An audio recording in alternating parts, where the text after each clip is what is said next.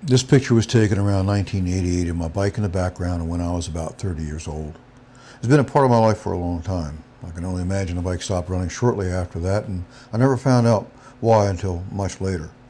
Next, you'll see the original paperwork, the owner's manual, the bill of sale, the original title signed over to me, and the delivery ticket that the motorcycle dealer got when they got it from Yamaha International in February of 1973.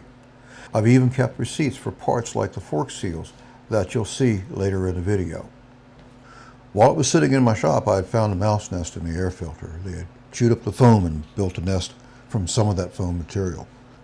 In 2022, when I began to tear it down, I hit a major setback. When I pulled that intake, I seen that the mouse nest originally in the air filter had bypassed the reeds and made it into the cylinder. After sitting for 3 decades, that was a tough sight to see. That meant I had to split the cases to get every bit of debris out. When I began tearing the engine down for the rebuild, when I went to the left side of the engine, the rotor, which I thought was very well secured in this place, because I put my hand on it earlier during the assembly, and it seemed like it was sitting tight, but it wasn't, it was loose. When it came time to remove it, the nut was already loose, and because the magnets on the rotor appeared to make it tight in place. So what had happened was that the rotor got loose, the keyway got mangled all up. The main bearings needed replacing too. Since the engine was apart, I replaced every seal throughout the engine. Fortunately, because the motor was never kicked over with the debris inside, the connecting rod and lower bearings were still in great shape. My mechanic verified the crank and the tolerances, giving everything a passing grade. I finished the top end off with a new Wiseco small end bearing, wrist pin, and a 4th overbore piston. Wiseco makes a 5th overbore piston, so there's plenty of life left in this engine. On the airbox, I didn't like the rusty pop rivets. I did want to freshen up everything that had rusted.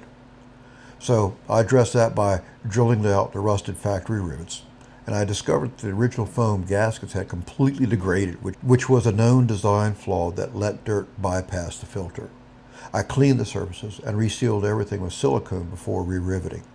I also fabricated a custom stainless steel filter cage. I made it a half of an inch taller to take advantage of the extra thread on the mounting screw, which helps maximize airflow to the original design. The original filter cage is still around. It's in my box with all the other spare parts that I have left over that I didn't have I couldn't afford really to do all the replating and stuff of all the original parts. So I kept that in the box in case there's a purist out there who wants to use all these original parts and get them back on the bike. That would be great. But there are some bent spokes. That's part of the reason why I redid the spokes as well. That's also part of the second video. So this also includes the CDI ignition, which wasn't working, which I know is also another weak link because this is the first generation CDI system. So, but that's in there. Maybe somebody knows how to take care of that problem also. The seat was so dry, or dry rotted you might want to call it, where when I pulled it off, I had seen that the grip teeth that held the seat cover in place were really rusted terribly. They were not restorable. So I tracked down a fellow online who makes the exact replacement teeth and pop riveted them onto the pan. They are practically identical to the Yamaha originals. Along with a reproduction seat cover, my seat looked brand new again. When I was disassembling it, I had noticed that almost all the rubber had hardened up over time. From the kill switch button to the carb to airbox boot, you name it. I had read online that wintergreen oil could soften up old rubber. Well, that experiment went horribly wrong. I ended up having to source out all new aftermarket rubber instead. For the kill switch though, I found the original manufacturer who still makes the identical unit. It's a perfect match. You can't tell the new switch apart from the 1973 original. Dealing with the gas tank was probably the most disheartening setback of the entire project. Alongside the mouse nest and the original CDI failing, I tried using compressed air to pop a dent out of the tank, but I couldn't feel it expanding on my arm as I pressurized it. By the time I realized the metal had bloated, and when I tried to collapse it back with binding straps, the rear tank mount buckled even worse. There were a few crappy tanks out there, but this one from a 1974 Yamaha was the best choice of all. It had a nice inside and just a few dents. It's the exact same part number and shape, just from the following model year.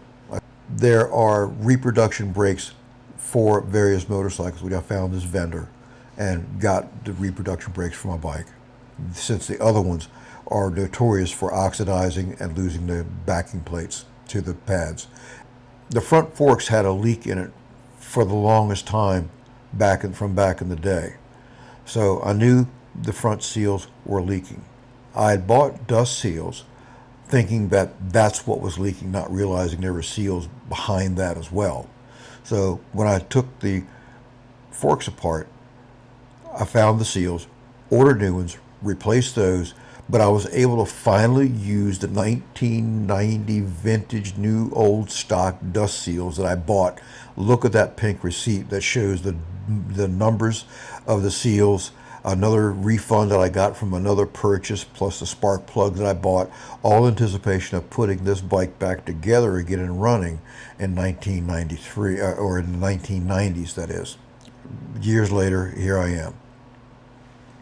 But anyway, still, that was a nice thing to be able to use those finally after all these years. When the original carburetor, after I had rebuilt it, went back on the bike to get the motorcycle to start, before I even kicked it over, I had noticed that the side overflow tube on the carburetor was leaking terribly. So I figured, this is not the way to try to start up a bike.